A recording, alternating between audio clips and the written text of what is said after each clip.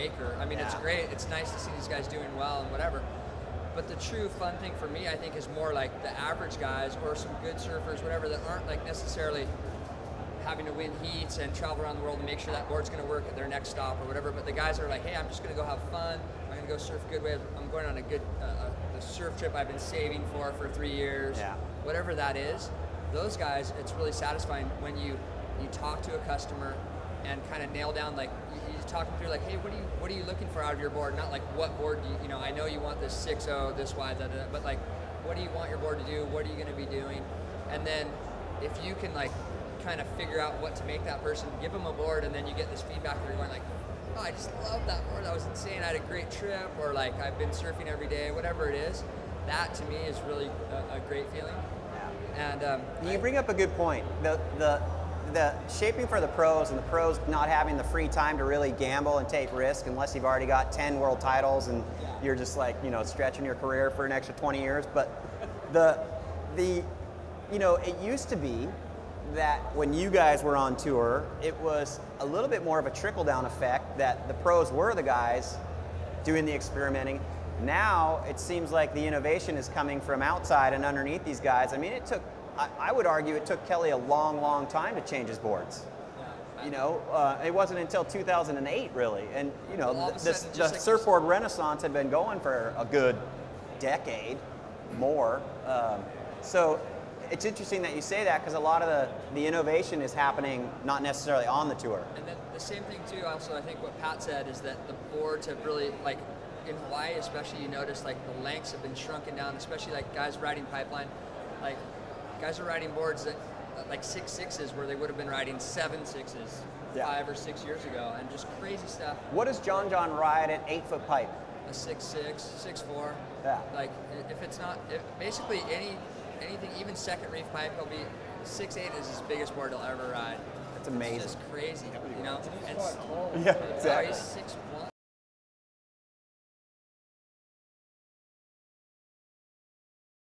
Yeah, it's pretty crazy. So Sean and Mark, I know, Sean, you have a lot of retail experience as well, and you've been on the floor for years, you know, talking to customers.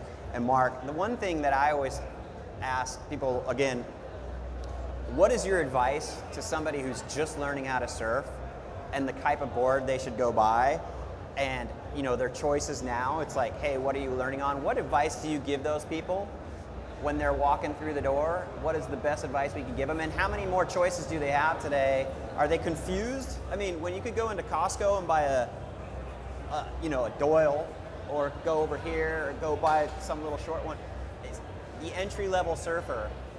Well, obviously, you know, that having that retail background, I worked with the whole gamut.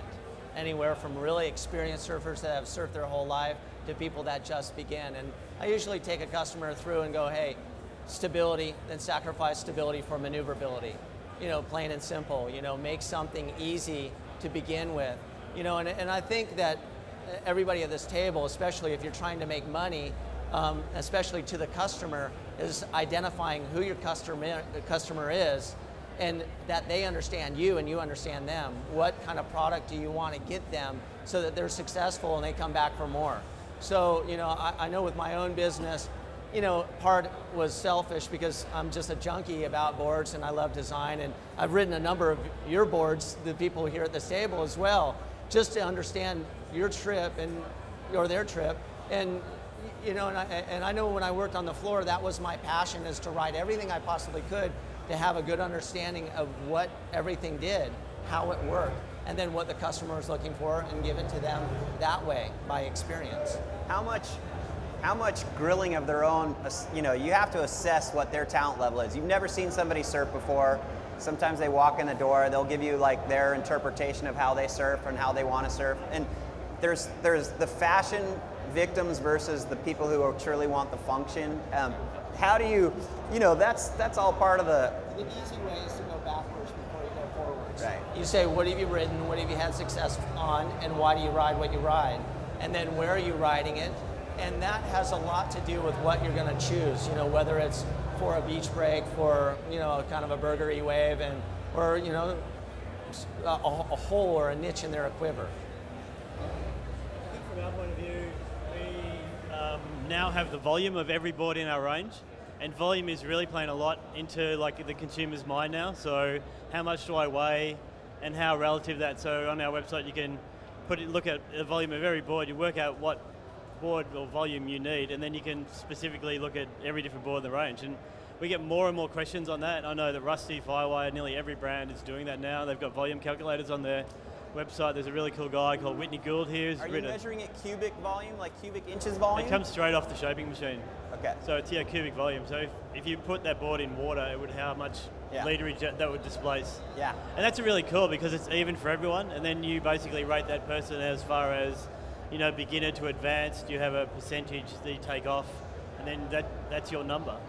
And that sort of plays with the whole design thing as well. And Daniel, are you using machines at all when you're mucking around? I mean, yeah, at this point in time, I've definitely shifted a lot of my work to the machines. I mean, so I do want to surf still sometimes. Because the cubic volume is like, it's a big deal. I remember when that first became a measuring tool. And I actually remember calling Mark Richards for an interview going, this is kind of cool because you could take this number and displace things as however you want to, you know.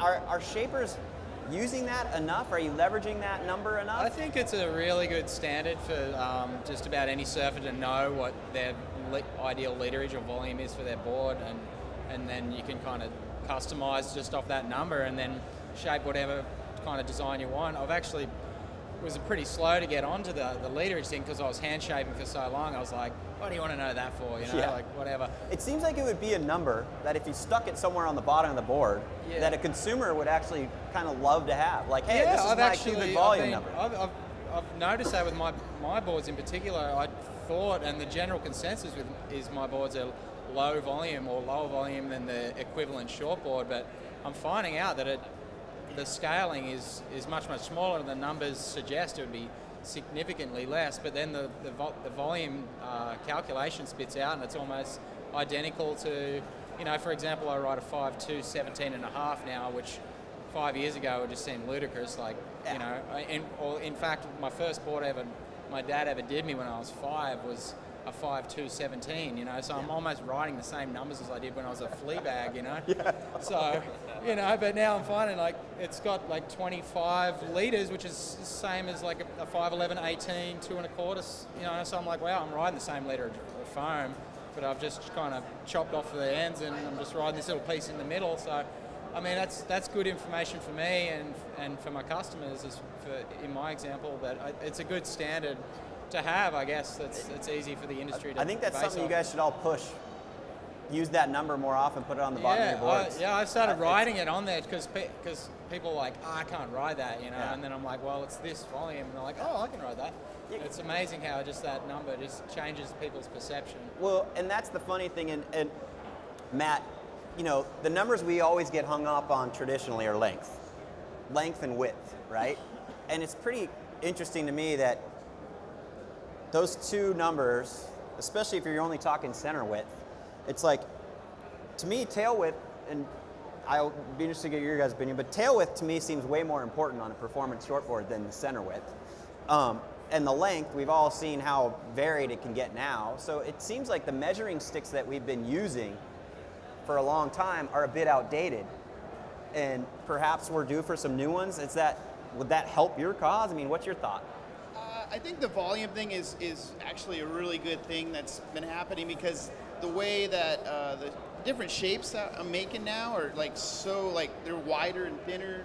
So the distribution of volume is like so different than it used to be, like where your standard thruster.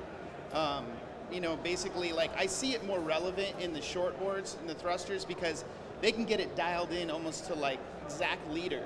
But with like the stuff that I make, it's more like the mental barrier the surfer needs to get over. Like Daniel was saying, like they can ride a lot less than they think, but they're mentally can't grasp it yet. And I think that's what we're going through now is like a change in thought. Like, wow, I can actually ride a board that short and that low a volume. And I'm like a couple weight steps below Daniel in the sense that I'm catering to people that have a really big mental block. They're coming off of longboards and they want to ride a shortboard.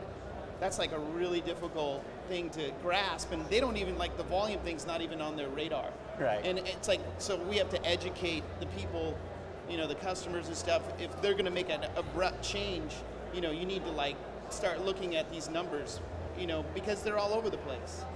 So like right now the mid-range is getting really popular because like guys are riding like Fishes and Simmons type boards. They were short, and then when they go back to their big, 2+1 or single fin longboard, it's like it's too big for them. It's too much volume. It feels bulky.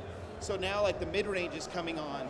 And so, but then you got another can of worms there. It's like, how do you measure volume on mid-ranges? It gets all over the place. So it's still the concept. Like I don't want to ride a heavy longboard nose rider, but I want like a 7.6 or an 8.0. So it's like, yeah, well, here you are, and this is the volume we're riding. So you can still use the number; it's relevant. It's the feel. It's the feel that you're trying to get and fill in that gap. So it's a really exciting time. Yeah. And some new tools.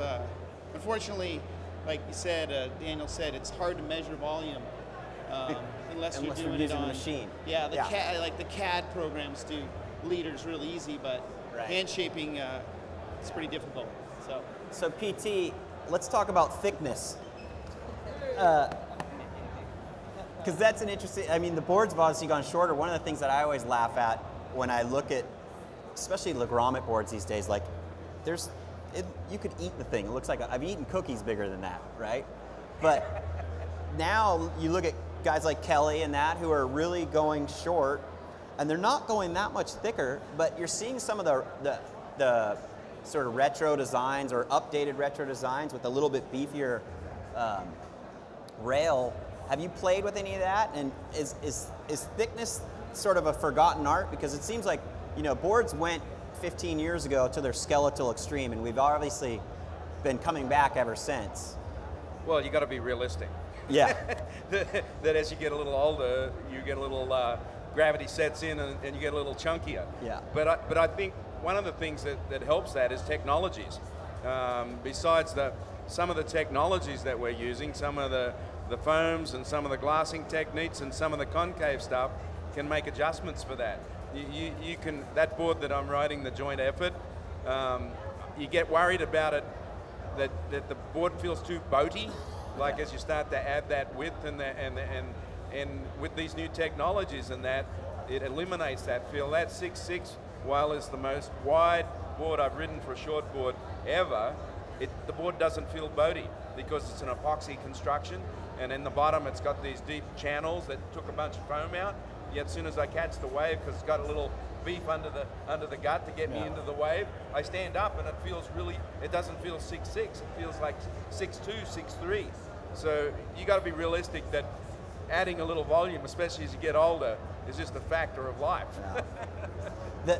You touch on something, and what's interesting is, when the whole Clark foam debacle happened in 2005, what are we, 7 years removed from that? And I remember Sean called me. You were the one who actually broke the story, because you were the one who just said, hey, I just came from Clark foam, the frickin' chains are up. And we had the story up, and it rode the wires, and it was crazy days. And I remember thinking, holy crap, this changes everything. Like that was his quote that went on the cover of Surfer magazine. But now I look back 7 years later, I go, gosh, was I wrong? Because what's changed? Like have the technologies changed enough? Are we seeing any other new foams? Epoxy's kind of made the comeback.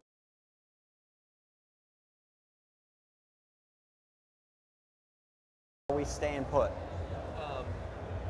Well, for me, I'm polyester. The epoxy thing has been alright for me, but I'm traditional. The blanks have gotten so much better than the Clark foam version. They're lighter, stronger, brighter, wider, the whole thing. And so it's pushed the level of surfboard making. So you can make this ultralight board with traditional methods. So for me, I've kind of gone that route. Not too much epoxies. How about you, Maurice? Because you're experimenting. Yeah, well, I think the best thing that ever happened was when Clark went down. I think what it did was it created competition in the marketplace between certain blank makers, and at the time people really had to change to go to you know, expanded polystyrene, extruded polystyrene. Everyone was